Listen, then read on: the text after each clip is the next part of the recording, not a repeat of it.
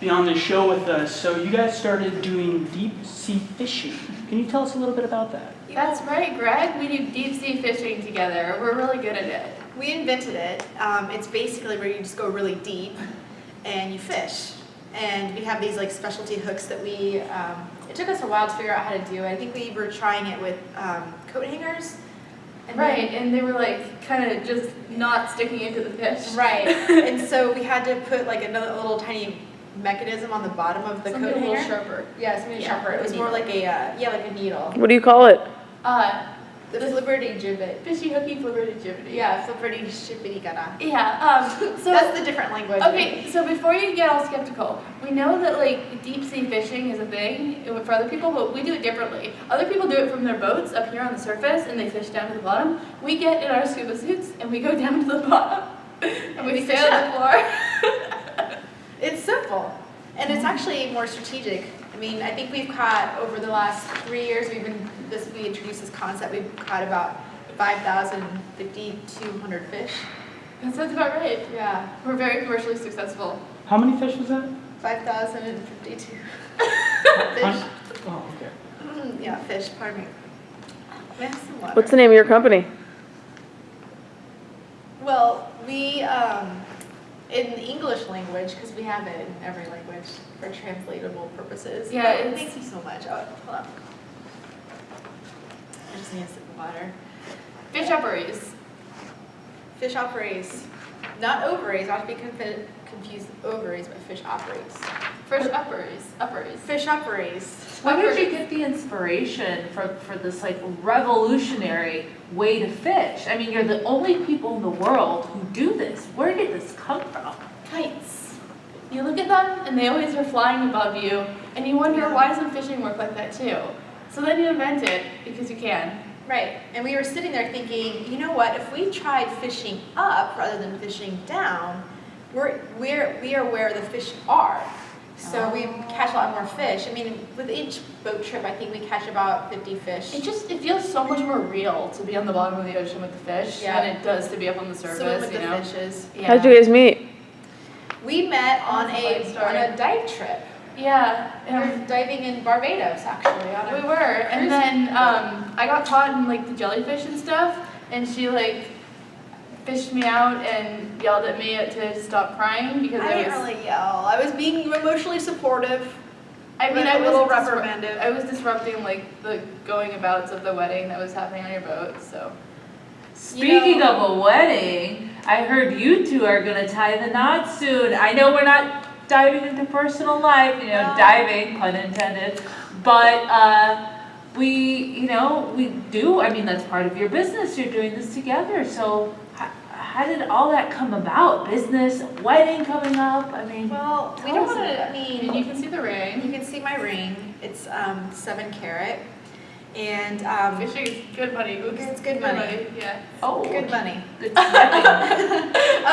No, we were. Sorry. I didn't want to be in a relationship, and when I met George, after the whole jellyfish incident at the wedding that I was originally getting married in, I was going out. We were going out on a fish trip one day. I was like love at first sight when I saw Natalie. I did everything I could do to stop that wedding. That's a long story all on its own. Is it? Okay, well, I'll ask you that later. But so I heard you stopped her with a kite. Yeah, that's how we got our inspiration actually. I tied the kite to the ceiling fan and then wrapped it around the groom and kind of pulled the boy. It was weird. It was kind of like the hook, but with a kite. Yeah. And scene.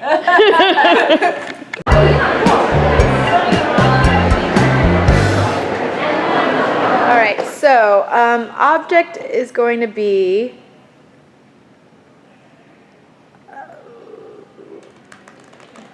chairs. Or lip balm? No. The- Lip balm? Lip balm available on every chair. Chair holsters. All right. All right, chair holsters. All right. Hi, thank you for joining us, gentlemen. Can you Thank you for having us. Can you tell me a little bit about your new product, chair holsters and how this happened. Chair holsters. It all happened one crazy Sunday night. I was in my home of Alabama, and I know Bama, go Elephants, Bama, roll tide. This man walked into my house and he threatened me with my life, and I didn't know what to do. And I looked to my left, and there was just a half bottle of Miller Lite. And I looked to my right, and there was my Colt 45, 2 zigzags, and I grabbed it real quick and I blasted his ass away. And I came to my friend Bill and I told him, I'm Bill. What if we came up with a very good idea of putting holsters in chairs? Because if you don't have your sidearm, who has your sidearm? Your chair, that's who. So what is the name of your invention? Slick leg holster chair. Yep. And so how did you guys meet? Well, me and Bill, we're partners on the police force out in Bama. Roll Tide. Roll Tide.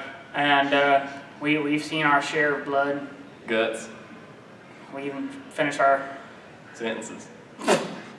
So what is the tagline for, what's the name of your company again? Slick leg holster chair. And you guys have like a really interesting jingle. I mean, it's so catchy. I love watching those commercials. Can you guys do like a live replay of that? Oh, that'd be great. Yeah, I think we could crank a little thing out. I think. Maybe not If the the whole. people want it, The we'll whole do it. thing. All right. There's a 1, a 2, skiddly-diddly-doo. I couldn't tell, can you please do that again? And then maybe take your hat off, because it's kind of, rude to have your hat on film. He's a bit sensitive about it. That's Bald not- spot. It's all right. Let's move forward with the jingle again. All right. 1, A 2, a skiddly-diddly-doo. when you need to shoot a dumb motherfucker, you take a shot from your chair holster. Wonderful. It's so catchy. It's so Yeah, probably. catchy. Here, do you have do you have free samples? Can I have one to try? There is a there one on my holster, chair? an empty holster. We are not irresponsible. We did not load them, but there is a holster on every chair in this room. Woo! You get a holster, and you get a holster, and you get a holster. It's just like a conservative Oprah show. All right. But I want to let everyone know right Have you ever now. had the opportunity to use your holster? Absolutely. Every day of my life. Every day. You can come to my house and bam, Roll Tide, Roll Tide. and you will see bullet holes in my TV because I mistaked my TV remote for my pistol. It's actually very fun. I don't even get out of my chair anymore. When I go hunting, I take my chair. When I go to the movies, I take my own chair. Nobody's got holsters on their chairs. I got a holster on my chair. And when I don't want to carry my sidearm, I just bring my chair. And there you go. And not to mention, we're coming out with a new line for children.